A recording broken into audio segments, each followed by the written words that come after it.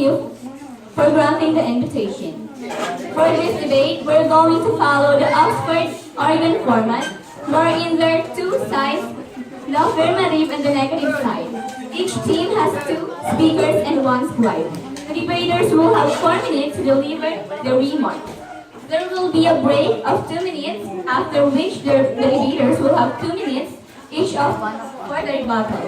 Handling and formal questions will be permitted, though judges are to penalize any debater who lowers the level of debate. Timer is provided to monitor the duration for their speech. You will hear the noise whenever your time is 10 seconds before due, and hear the sound if it is already up. Are there any questions with the rules? If none, I shall now introduce to you our debaters. Seated on our right, representing the affirmative side, Joem N. Guevara. Hannah S. Griffith. And Robert Loma. Far Eastern University.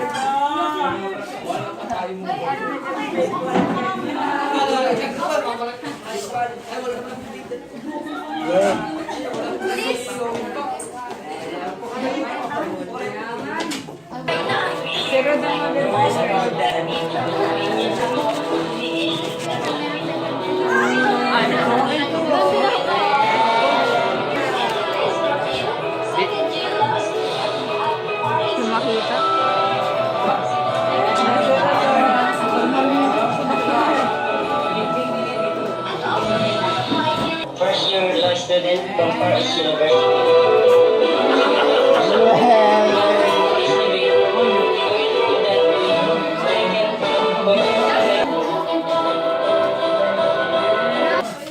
Are from Radal Institute University, Michaela Coltrane,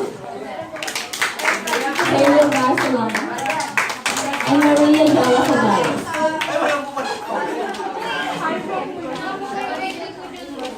The topic to be argued today is about same-sex marriage. If same-sex marriage must be legalized, morality and beneficial.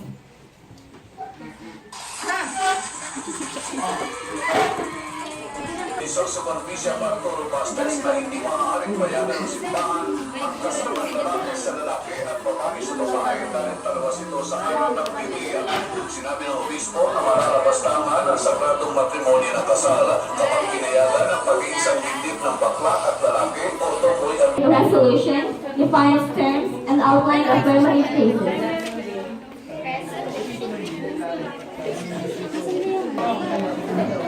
Hello.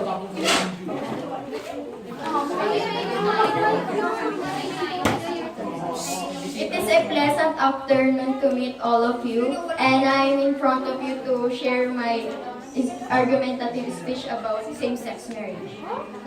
Same-sex marriage is well known as the marriage between two people with the same biological sex or same gender, and one of the controversial and hot issues that had been discussed all around the world.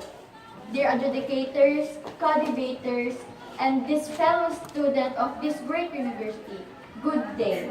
Going to my part of this debate, Your Excellencies, LGBT's decision about same-sex marriage should be respected in society, church, and law. First, I definitely see no reason why same-sex marriage is immoral. Imagine a life where you will never be truly equal, a life where you will never have the same fundamental rights as the heterosexual couple has. You may found love, but you will never have the same majority. You may And also, you will unable to marry someone else because church,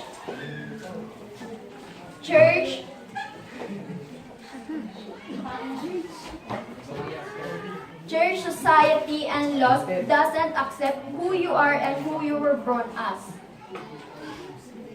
Second, Your Honor, people treat equally regarding to religion, affiliation, and and also to factor out religion point of view when it comes to marriage in secular context. Pope Francis once said that if LGBT has seek God and has a good will, who is he to judge? So it doesn't mean that all LGBT people has a bad will. All couples experience different relationships, but the feeling and idea of love is universal. Marriage is all about solidifies commit relationship between two people who express the love to each other. And heterosexual couple should not be the only one who has a privilege to do so.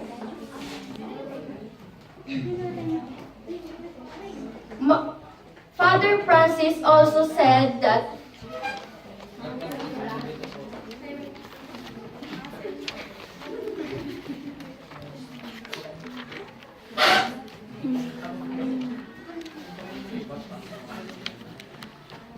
if religion teach God is love, it should be integral to all members in this community should be respected and their relationship. Third, the Bible doesn't mention about homosexuality conducts and same-sex marriage relationship. Based on Matthew Vine that has a speech in church in around 2016.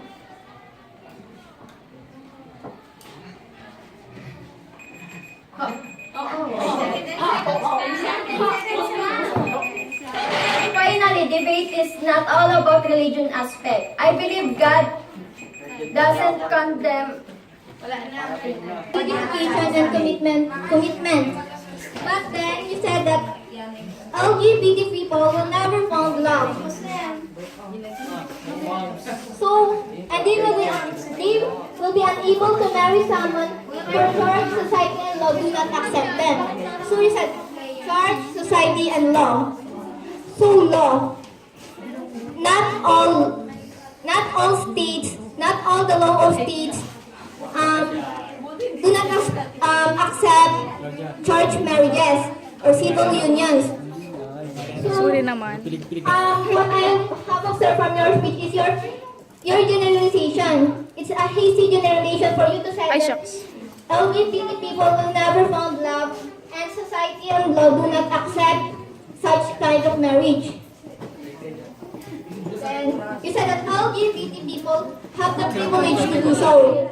But then you said you affirm that it should be respected. As we can see from your 1, 2, 3 evidence, you said what you focus on is that respect your stance. So the topic is legalization of same-sex marriage, not respecting LGBT people. So it's all about morality. Yes, it's all about morality. So what is morality?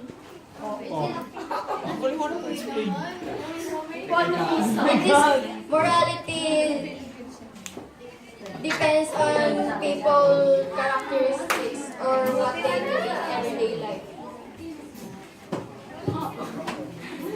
So that was morality, but what my point is that your generalization for the LGBT people.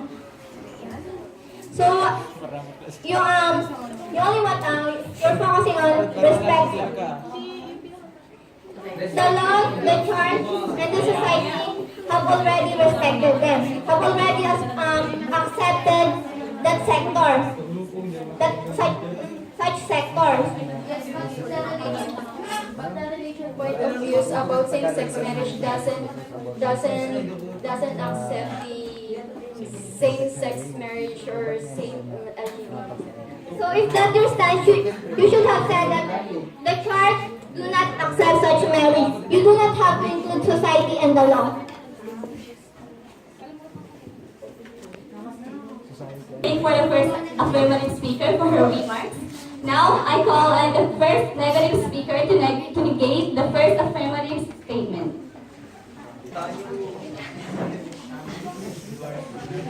Good afternoon, Mr.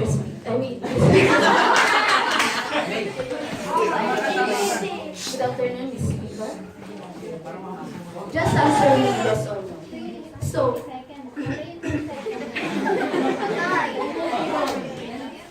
do you believe that the Bible is the Word of God? Yes. Okay. So, do you believe that here in the Bible is all the facts and the information here are true? Not all information from the Bible is not true because in Not, she just depend. Sige, okay lang, just specific. homosexual or same-sex marriage or attraction for same gender is not appeared in 1892 or before Christ. So it only appears in 19th century. So it does. So I don't know why people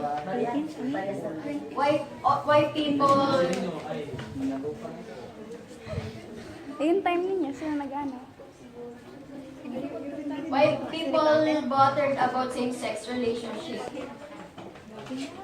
Because based on the verse Genesis 19, it's all about injustice and oppression in sin, in Sodom that lives in by sin. So Genesis 9. Based on the verse of Genesis 19, okay. So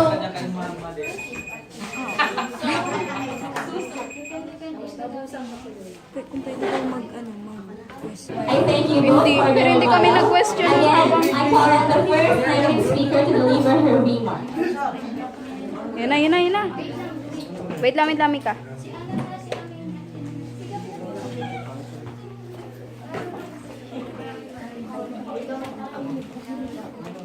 to our educators and to our audience and my coordinators, a pleasant afternoon to all of you. Basically, marriage is a cultural universal. Also, it is an intimate and a long life union between the two lovers with an opposite sex. But in the early 20th to 21st century, there are many practices or types of marriage that was widely existed and also nowadays. And one of these is the same-sex marriage. Same-sex marriage is the practice of marriage between two men and two women. So the question is it moral that same-sex marriage will be legalized here in our country? We all know that the best book of wisdom that will enlighten our mind with the true and deep meaning of moral is the Bible. So according to the Handy Dictionary of the Bible by Merrill C. Denny, moral is the good conduct or quality values of an action. So, we can say that the action or practice is moral if it not offends God's rule. So, let's take a look at the Bible reference for us to enlighten about the morality of same-sex marriage. In Genesis 1 verse 26, it is stated there that in the image of God, He created them, male and female. In other words, our gender is only two kinds. It is the male and the female, or the man and the woman.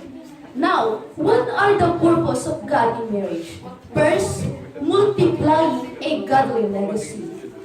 In Genesis 1 verse 28 to 30, when God commands Adam and Eve, He says, "Be fruitful and multiply." So the purpose of God in marriage is to produce children. However, same-sex couples can produce children by their own reproductive system.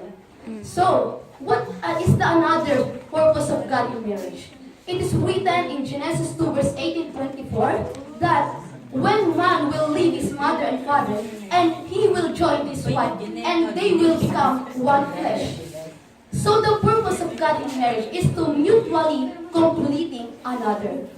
God made or brings up man and woman with different temperaments, personalities, and backgrounds, and makes them one. Because they are stronger if they are together than they are alone. So that are the purpose of God in marriage. Next, immorality of human rights wandering. James Rachel and Stuart Rachel, a Jamaican Canadian, and they use racially a term in same-sex marriage that is unnatural.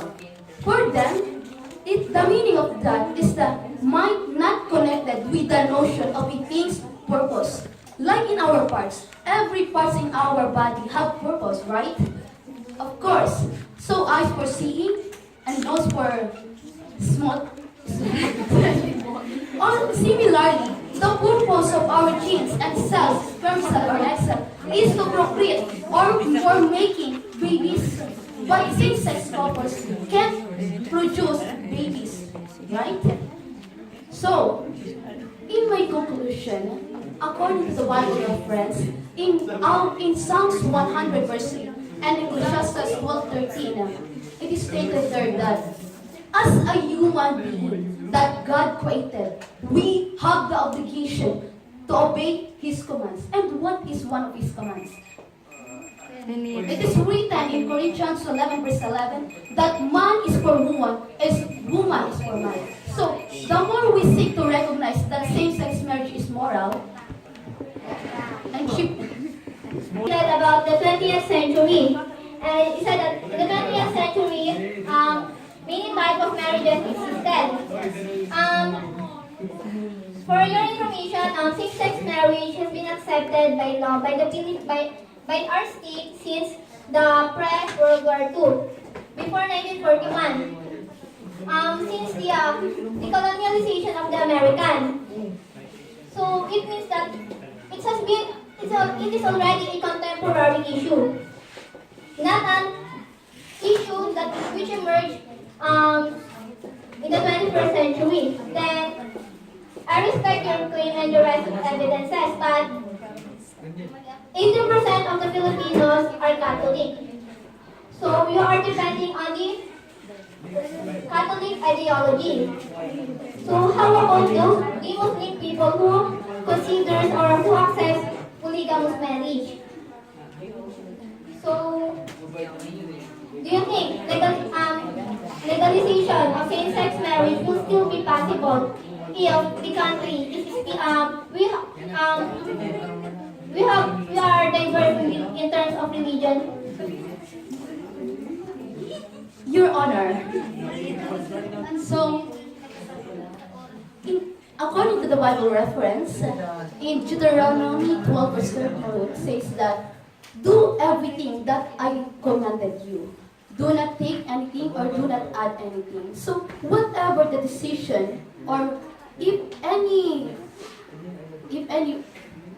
citizens want to, even though it's not Catholic or not, whatever it is, God, and that is God commanded, and no one will argue.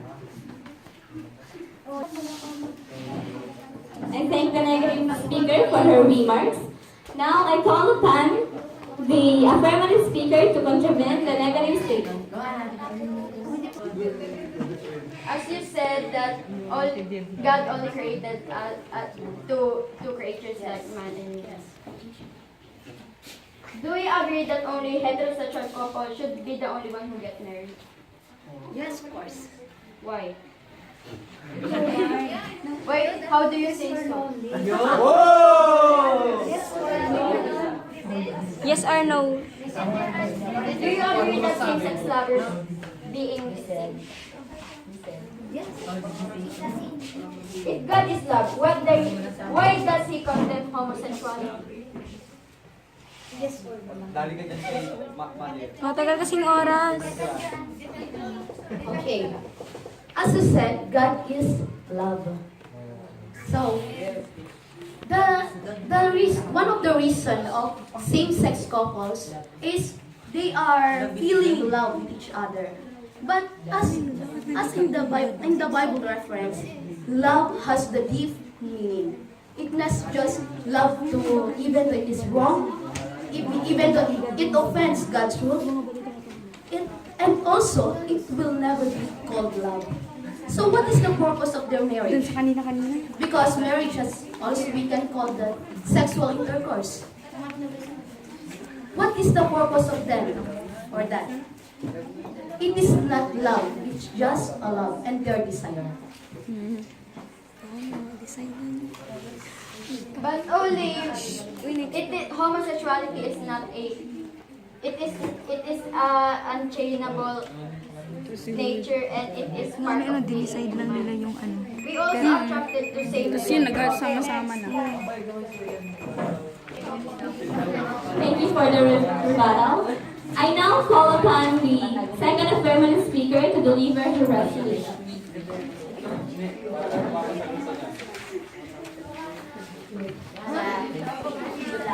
To our highly and respected adjudicators, and to my affirmative team and opponents, ladies and gentlemen, a pleasant afternoon to all of you.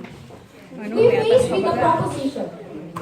We, in the affirmative side of the House, strongly agree to the said issue.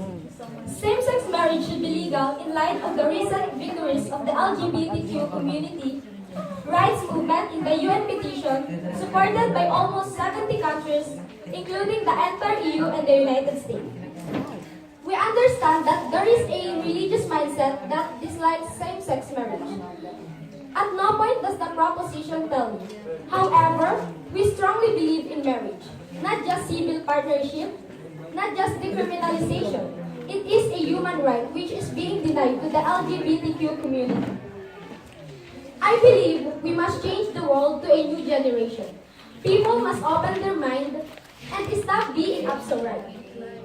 Sibel, pwede umusap We hold firmly that to not legalize same-sex marriage is to further perpetuate the problem in minority May discrimination. kisingit lang ako dito. Para To legalize same-sex marriage is to award the right of marriage to every citizen, hindi pa siya strongly na having viewed as equal to the eyes of the government.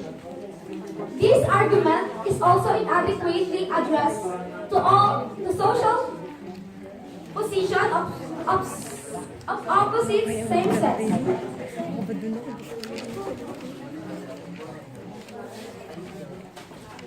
Wherein the constitutional government barriers provided and discourages the citizen action as implied in an exercise to a futility.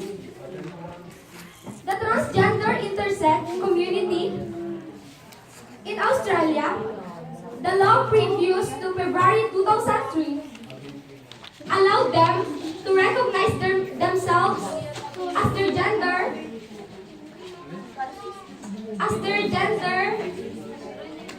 even if except for in marriage. Due to the Marriage Act of 1961, legal marriage is still held between a man and a woman. In the contrary, in their post-operated transgender, person may marry a person of the opposite gender to its current gender.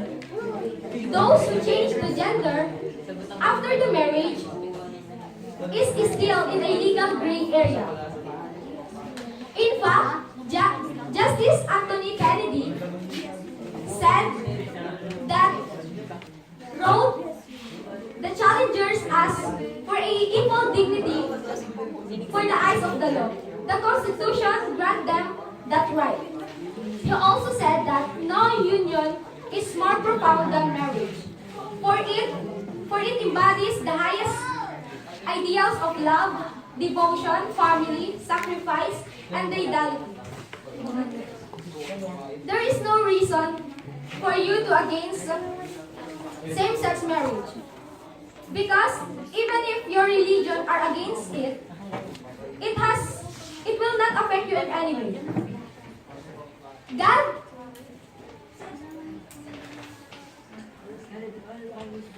God loves His children. God can only judge us. For you to judge them is none of your business. I therefore conclude that it's their life, not ours. Thank you. Tapos may daw si Beth. Remarks. Now, I call on the negative speaker to negate the second affirmative speaker. Ate Sai. Ang pagod. Good afternoon.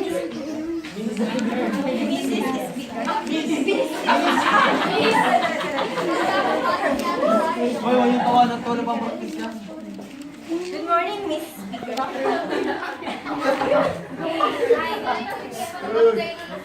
As you said, same-sex marriage is part of human rights. Yes. I don't say that same-sex marriage is a part of a human right. I just want to clear that we have equal rights. In fact, in the Supreme Court, DOMA violated. In fact, in the Marriage Act, the landmark of 2013, it said that we must ruling force the federal government to recognize at least some same-sex. Yes or no lang ang sagot.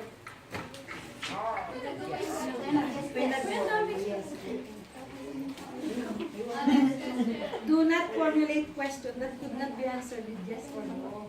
Only yes or no.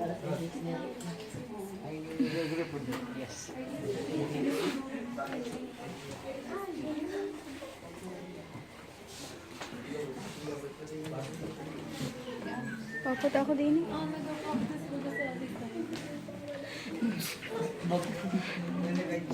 Ay, aray.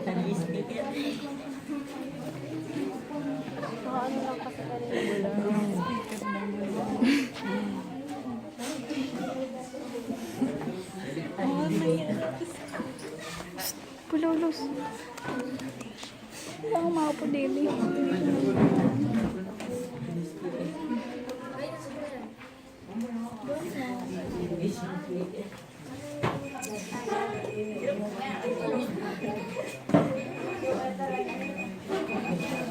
I thank you both for the rebuttal. Again, I call on the negative speaker to deliver her speech. A pleasant afternoon to all of you. Is same-sex marriage should be legalized in our country? For me, it's a big no. Because we all Filipino. Because first of all, we all Filipino is very conservative. And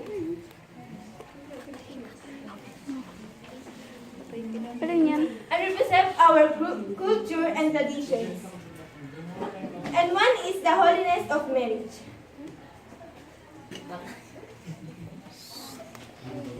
Here are the disadvantages of legalizing same-sex marriage. You said that all Filipinos are conservative.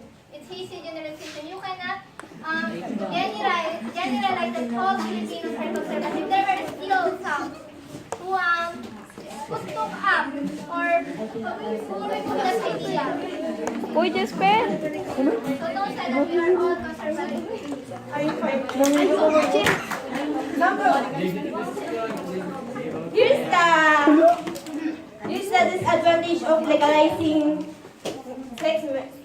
same-sex marriage. Number one, marriage is religious sanction. The entire idea of marriage is from religious. Same-sex marriage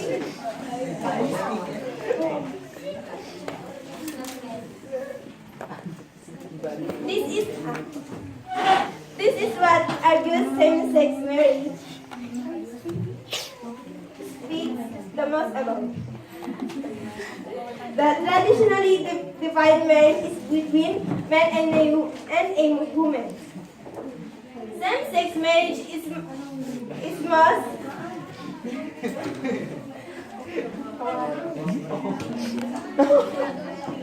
same-sex marriage is against what the Bible teaches.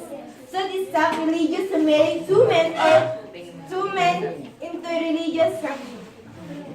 Number two, confusing for children. Another big problem with same-sex marriage is how it will affect the children of the country. same-sex marriage. It gives the message to children if that is normal or okay to be in a homosexual relationship. Number 3. Marriage is procreation. The entire purpose of getting married is to have children, expand the population, and keep the human race going. Same-sex marriage cannot have children because it requires both female and male to conceive a child.